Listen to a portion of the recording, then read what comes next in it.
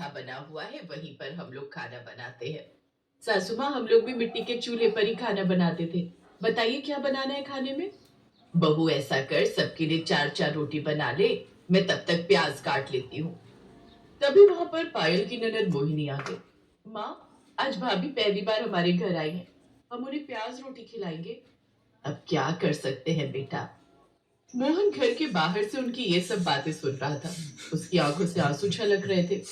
खैर, पायल ने सबके लिए रोटियां बना दी और सभी लोग बैठकर खाना खाने लगे। सभी लोग खाना पीना खाकर सो गए। अगली सुबह मोहन जल्दी उठ गया। उसने अपना बोरा उठाया और बाहर कबाड़ बनने निकल गया। आजकल लोगों ने कूड़ा कचरा तो सड़क पर फेंकना ही बंद कर दिया है। तभी मोहन को एक कूड़ादान दिखाई दिया। लगता है ऊपर वाले ने मेरी सुन ली। सारा कबाड़ मुझे उस डस्टबिन के अंदर मिल जाएगा।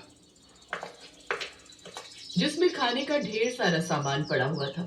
अरे वाह, इसमें तो ढेर सारे पराठे, मटर पनीर और चावल भी हैं। ये खाना भले ही जूठा हो, लेकिन खाने में तो सही ही है। अभी खराब भी नहीं हुआ है। मोहन ने सारा खाना बटोर कर अपने पास रख लिया और फिर से अपने काम पर लग गया। धीरे धीरे शाम होने लगी। शाम को पायल की ननद ने उससे कहा, भाभी, आज रविवार का दिन है और हमारे गांव में रविवार को बाजार लगती है। चलिए मैं आपको घुमा लाती हूँ। हाँ मोहिनी, मैं भी तुमसे यही कहने वाली थी। पायल और मोहिनी, हाँ हाँ भाभी, ये आपने बिल्कुल सही कहा। दोनों ननद भाभी मोमोज के ठेले के पास जाकर खड़े हो गए। ये दोनों बस खड़ी थी। तभी ठेले वाले ने कहा, हाँ बहन जी, कितने प्लेट मोमोज लगा दूं? अरे नहीं नहीं भाई साहब, हम तो बस देख रहे थे कि मोमोज बनते कैसे हैं। हमारे पास मोमोज खरीदने के लिए पैसे नहीं है। शाम हुई नहीं कि तुम जैसे भिखारी तुरंत भीख मांगने आ जाते हो। चलो निकलो यहाँ से, यहाँ कुछ नहीं मिलेगा फ्री में। चाचा पागल हो गए हो क्या? हमने आपसे कब भीख मांगी? मोहिनी चलो यहाँ। कि मोहन उनकी बात का कोई जवाब दे पाता, पायल बीच में बोल पड़ी। सासू माँ, इसमें मोहन जी की कोई गलती नहीं है। इतना अच्छा खाना हमने कई सालों से खाया नहीं था, तो शायद इसीलिए हम पचा नहीं पाए। ये बात सुनकर मोहन को थोड़ा रिलैक्स महसूस हुआ। तभी उसकी सास ने कहा, हमारे पास डॉक्टर से दवा लेने के लिए पैसे तो है नहीं।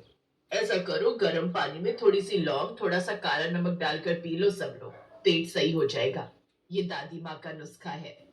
सभी लोगों ने वैसा ही किया और सुबह तक सबका पेट ठीक भी हो गया। मोहन काम पर जाने वाला था कि तभी उसकी बहन मोहिनी ने उसे रोक लिया। भैया, हम सबको ना मोमोज खाने का बहुत मन कर रहा है। भाभी का भी बहुत मन है मोमोज खाने का। उन्हें मोमोज बनाना आता भी है। शाम को जब आप आना तो मोमोज बनाने का सामान लेते आना। बहन, मोमोज बनाने का सामान बहुत महंगा मिलता है। प्याज, आलू, हरी मिर्च, लहसुन, ये सब तो हम अपने घर के बाहर खुद ही उगा लेते हैं। जो पैसे मैं कमाता हूँ उससे घर चलना ही मुश्किल है। फिर भी मैं कोशिश करूंगा। कोशिश नहीं, लेकर आना भैया। एक बहन होकर मैं आपसे जिद भी नहीं कर सकती क्या? मोहन उसी वक्त अपने आंसुओं को छुपाते हुए काम पर निकल गया और सड़कों पर कूड़ा बिनने लगा। सारी सब्जियां लेकर अपने रसोई घर में आ गई। मोहिनी, तुम जल्दी से आटा गूंथ लो, तब तक मैं मोमोज के लिए सब्जी तैयार करती हूँ। मोहिनी आटा गूंथने लगी और पायल सारी सब्जियां फ्राई करने के बाद उसकी महक बहुत अच्छी लगने लगी। भाभी, सब्जी की महक तो कमाल की आ रही है। तो इस तरह उन्होंने ढेर सारे फ्राइड मोमोज बना लिए, जो सिर्फ आटा और घरेलू हरी सब्जियों से बने थे। भाभी, आपने तो चमत्कार कर दिया। मोहिनी और पायल ने मिलकर सभी के लिए मोमोज परोस दिए। उसकी सास और मोहन सब साथ बैठकर मोमोज खाने लगे। मोमोज आज मैंने अपनी जिंदगी में पहली बार खाया है, लेकिन फिर भी मैं शर्त लगाकर कह सकती हूँ कि इतना स्वादिष्ट मोमोज बड़े से बड़े होटल में भी नहीं मिलेगा।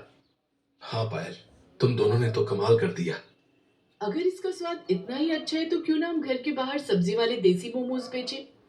मुझे बहुत पसंद है। हाँ बेटा, अब तुझे हर रोज चाउमीन खाने को मिलेगा, बस एक बार ये शादी हो जाए। और शादी हो भी गई। अब सुरेश चाउमीन खाने के लिए जिद करने लगा। अगले दिन सुबह सुलेखा नींद से उठी और उसकी जेठानी ने उससे कहा, सुलेखा, जल्दी से रसोई में जाओ और हमारे लिए चाउमीन बना कर ला। देवर जी कब से इंतजार कर रहे हैं। हाँ सुलेखा। उल्टी आ गई। ये तो दिखने में बिल्कुल गोबर जैसा है। हे प्रभु, आज मुझे बचा लो। चाउमीन लेकर सुलेखा रसोई से बाहर आई और खाने की टेबल पर रख दी। उसके दिल की धड़कन बढ़ गई। अरे वाह, क्या चाउमीन बनाई है तुमने? हाँ बहू, दिखने में तो बहुत सुंदर है, पता नहीं खाने में कितनी स्वादिष्ट होगी। चलिए माँ जी, शुरू करते हैं। तीनों चाउमीन खाने लगे। सुलेखा के दिल की धड़कन तेज हो गई। कैसी बनी है चाउमीन? बहुत स्वादिष्ट। तुम भी खाओ। रुक जाओ, मैं तुम्हें अपने हाथों से खिला देता हूँ। सुरेश ने अपने हाथों से सुलेखा को चाउमीन खिला दी और वो चाउमीन मुंह में जाते ही सुलेखा को नानी याद आ गई। उसने अपने मुंह से चाउमीन को थूक दिया। थू थू थू थू, ये तो बकवास है। कैसे खा रहे हो आप लोग? मुझे माफ कर दीजिए, मुझे चाउमीन बनानी नहीं आती, मुझे कुछ भी बनाना नहीं आता। माँ ने उससे झूठ बोला था ताकि मेरी शादी हो जाए। मुझे माफ कर दीजिए। अब तीनों हंस पड़े। हमें पता है बहू कि तुम्हें खाना बनाना नहीं आता है। क्या पता है? लेकिन कैसे पता चला? उस दिन तुम्हारे मायके से लौटते वक्त हमने डिनर के लिए एक रेस्टोरेंट से चाउमीन ले ली थी। खाने के बाद हमें बिल्कुल वैसा ही टेस्ट आया। अब हमें पता चला कि तुम्हें खाना बनाना नहीं आता है। तो फिर आपने मुझसे शादी क्यों की? बहू, खाना बनाना जरूरी।